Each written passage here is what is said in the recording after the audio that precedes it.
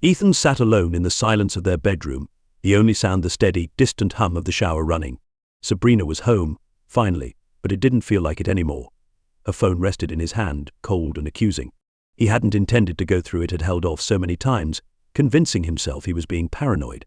She'd been shopping every weekend, growing more distant, more evasive with each passing trip, and now the proof was right here. The screen glowed softly, revealing a single image he hadn't been prepared for. Sabrina, laughing beside a man on a secluded beach, far from any shopping mall. Ethan's fingers clenched, his pulse throbbing in his temple as he examined every detail in the photo. The ease in her body language, the way her hand rested lightly on the stranger's arm. And the man, this Lucas, stared back at her with a comfort that told Ethan he'd known her longer than any innocent meeting should allow. He heard the shower stop, the quiet drip of water. Soon, she would walk in, unaware of the storm waiting in their own bedroom. Ethan set the phone down on the dresser, positioning it like a silent witness, a cold reminder of every lie she'd whispered over the past few months. Tonight, there would be no more pretending. Ethan's fingers brushed the edge of Sabrina's phone, his mind replaying all the times he'd dismissed her changing behavior, how he'd convinced himself it was nothing, that he was just overthinking. The excuses she'd fed him echoed now in his mind with a hollow ring. A girl's trip to the mall, she'd said. You know how it is, she'd laughed, waving off his questions with a bright smile that hid so much. But nothing had prepared him for this. The photo told its own story, her bright, unguarded smile, the gentle curve of her hand on the man's shoulder. It was no mistake. It was intimacy, plain and simple, the kind that spoke of shared secrets and promises made behind closed doors. He felt a cold tightness in his chest as footsteps approached. The soft padding of her feet against the hardwood floor stopped just outside the bedroom door, a few seconds stretching into an eternity. Ethan didn't move, barely breathed, listening to her pause before stepping in. When the door opened, she looked surprised to see him waiting, her freshly washed face marked only by that familiar, practiced smile. Hey, she said lightly, moving to her dresser, her fingers reaching for her hairbrush. She kept her eyes carefully averted, as if sensing the shift in the air. But he said nothing, only watching her, waiting until her gaze finally met his. The weight of his stare must have hit her because her smile faded, giving way to something almost wary. Is everything okay? She asked, her voice strained. He lifted the phone, screen still lit with the damning photo. Her eyes flicked to it, her expression freezing in a split second of shock before her mask fell back into place. She swallowed hard, trying to hide the tremor in her voice as she forced out, Where did you get that? Does it matter? He replied, his tone low and steely. I think the bigger question is why this picture even exists. Sabrina's mouth opened, and she took a breath as if to speak, but no words came. She dropped her gaze, a flush of guilt creeping over her face. Ethan, it's just not what it looks like, she stammered. No. He tilted his head, his gaze unwavering. Because from where I'm standing, it looks exactly like what I've been dreading. Every weekend you disappear, you lie, and all I've done is sit here hoping I was wrong. She took a shaky step forward, reaching out as if to place a hand on his arm, but he shifted back, the movement as sharp as a slap.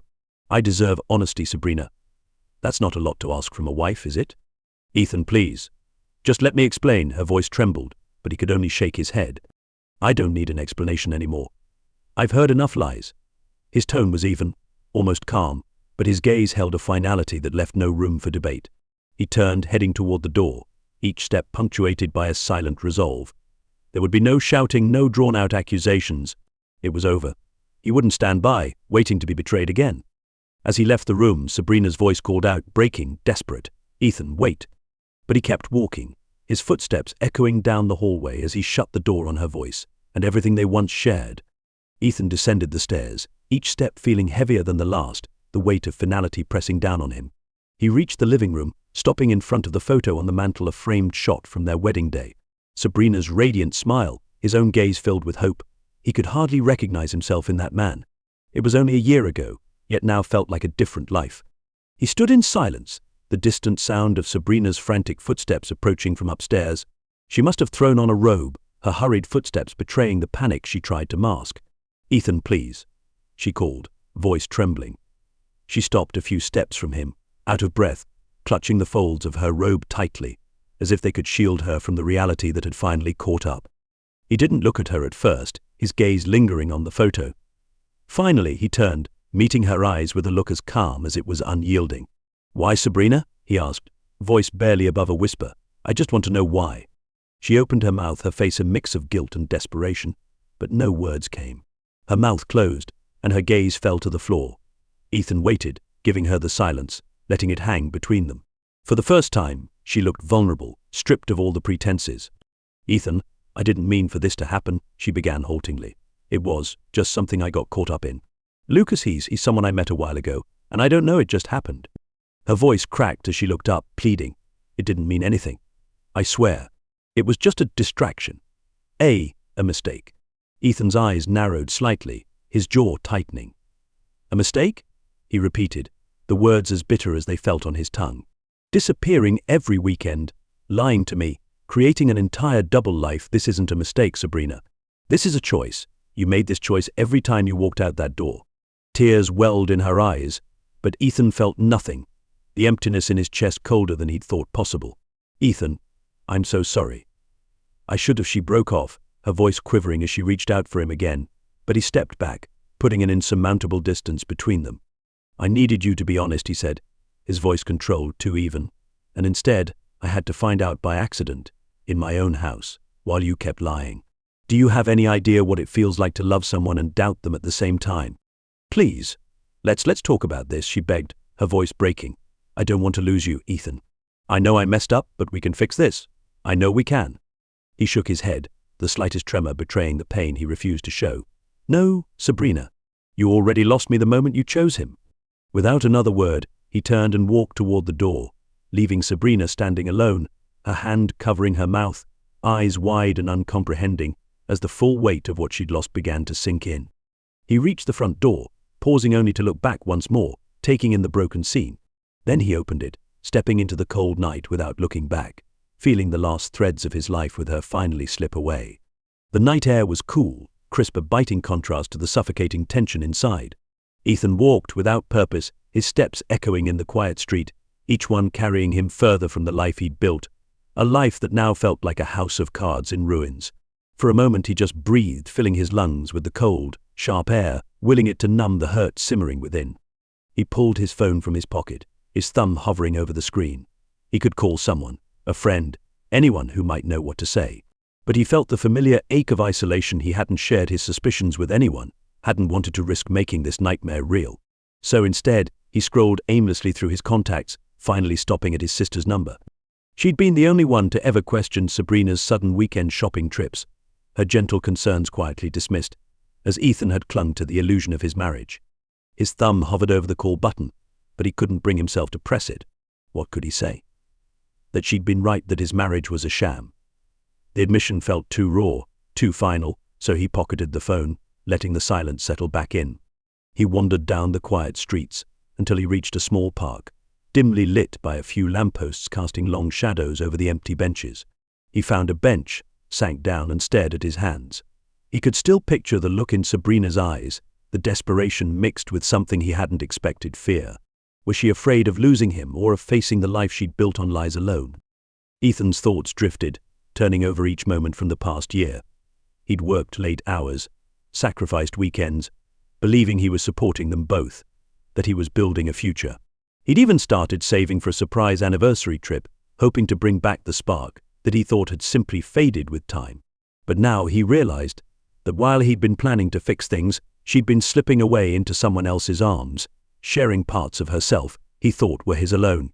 He closed his eyes, exhaling slowly, feeling the sting of betrayal settle in his bones. He remembered their last anniversary, a quiet dinner at home, because Sabrina had wanted something simple. He'd found it odd, her sudden aversion to anything that might draw attention, but he'd gone along, thinking she just wanted a break from the routine. Now, every memory twisted, painted in new, painful shades. All the quiet nights in, the hushed weekends spent alone, while she was shopping, they all took on a different meaning, each one a small betrayal hidden behind a smile. Ethan's thoughts were broken by the sound of footsteps. He glanced up, instinctively tensing. But it was only a jogger passing by, oblivious to the turmoil playing out on a dimly lit park bench. He watched as the figure disappeared into the darkness, and something inside him shifted. He couldn't keep sitting here, couldn't keep replaying everything he'd lost. He needed to move forward, to start clearing away the wreckage and find whatever pieces of himself remained intact. Pulling out his phone, he scrolled through his contacts again. This time, he pressed the call button on his lawyer's number. Hearing the familiar voice answer, after a few rings, Ethan took a steadying breath. "Hey, it's me," he said, his voice calm, resolved. "I need to meet with you, first thing tomorrow. I'm filing for divorce." The words came out steady, final, like closing the door on a long, painful chapter. The next morning, Ethan sat in his lawyer's office, the beige walls and muted decor offering a sterile calm that contrasted with the storm. He hadn't slept. Every time he'd closed his eyes, he'd see Sabrina's face first in the early days, full of love and promise, and then last night, crumbling with guilt and desperation. But he had no room left for her tears. Last night had drained him of everything, leaving only the cold resolve that had brought him here. His lawyer, Karen, sat across from him, her expression a mix of compassion and professionalism. She'd handled enough cases to know the look in Ethan's eyes, the weight of betrayal lingering in every word he hadn't yet said. "All right, Ethan," she said gently, folding her hands. "Tell me everything. I need the full picture." He took a deep breath, forcing himself to recount the events of the past few months, her unexplained absences, the secrecy, the excuses that he'd swallowed time and again. He recounted last night how he'd waited with the photo on her phone, feeling the last threads of his trust unravel as she tried to explain her way out. By the end, his voice was even, but his hands clenched, the tension of everything still raw beneath the surface.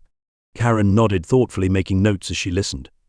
"It's clear you've made your decision," she said. "Do you have any conditions for the divorce? Anything you want to pursue in particular? I know this is difficult, but clarity now can save a lot of time." Ethan stared at the table, collecting his thoughts. He hadn't thought about assets or finances or who would get what. The house had felt like a home until last night, but now it was just a reminder of her deception, each room filled with broken promises and quiet lies. He didn't want it, didn't want anything that tied him to the past they'd shared. "Just make it as clean as possible," he finally said, his voice quiet. "No mess. I want to move on from this." Karen's pen hovered for a moment, then she nodded. "I'll file the paperwork and initiate proceedings as soon as possible. I'll also include a clause requesting no contact outside of legal matters. I think that might help keep things cleaner." Ethan nodded, grateful for her understanding. He dreaded the idea of having to see Sabrina again, to have to look her in the eyes and relive the betrayal with every interaction. But with Karen's help, he could leave it all behind, a chapter that could close without further agony. As he rose to leave, Karen placed a hand on his arm. "Ethan," she said softly, "you're doing the right thing. It may not feel like it now, but there's life on the other side of this." He forced a small, weary smile, nodding his thanks before stepping out of the office. Outside, the morning sun was bright, almost mocking in its warmth.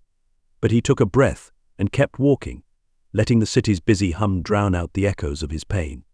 The following weeks passed in a strange haze, a rhythm of routine that held him steady even as everything around him changed. He moved out of the house, taking only the essentials, packing his things in quiet resignation. The house that had once been their shared haven now felt foreign, its walls cold and unwelcoming. Sabrina was staying there, the place they'd called home now hers alone. There were days when he felt almost normal, as though he'd regained some semblance of control over his life. But other times, he would catch himself lingering on thoughts of her, wondering when exactly he'd lost her to someone else. When had their lives diverged, with him living in trust and her in deception? He'd spent years building their future, yet here he was, starting again from scratch, haunted by memories he couldn't erase. Then one evening, as he unpacked in his new apartment, a modest one-bedroom, with no reminders of his old life, his phone buzzed with a message. He froze, feeling his heart race despite himself. It was from Sabrina. She'd respected the no-contact request so far, and seeing her name felt like salt in a barely healing wound. The message was brief, her words strangely restrained. "I'm sorry, for everything. I wanted you to know that." He stared at the screen, emotions tangled. It was what he had wanted, an apology, acknowledgement of the hurt she'd caused. But instead of closure, her words only seemed to open up a deeper ache. He deleted the message without replying, setting the phone aside, a symbol of his final step forward. From then on, he threw himself into work, determined to fill the void with purpose. He stayed late, took on new projects, and found some measure of solace in the steady rhythm of his days. Friends noticed the change, inviting him out, urging him to take breaks, but he brushed off their concerns, pouring everything into building a future where his life wouldn't be shadowed by Sabrina's betrayal. Months passed, and slowly, almost imperceptibly, the hurt began to dull. He found himself laughing with friends again, allowing himself to enjoy the small, ordinary moments that life offered. The weight he'd carried grew lighter, and the nights spent awake replaying their final moments together grew fewer. One day, while out for coffee with a colleague, he caught a glimpse of a couple walking hand in hand, the woman's laughter bright and carefree. For a brief second, he thought of Sabrina, remembering the good days they'd shared. But then he blinked, letting the memory drift away, replaced by the realization that he was, for the first time, genuinely content. As he left the cafe, a lightness filled him. He'd survived, moved beyond the darkness she'd left in his life. And now, for the first time, he was ready to open a new chapter, one built on his own terms, free from the lies that had once defined his world.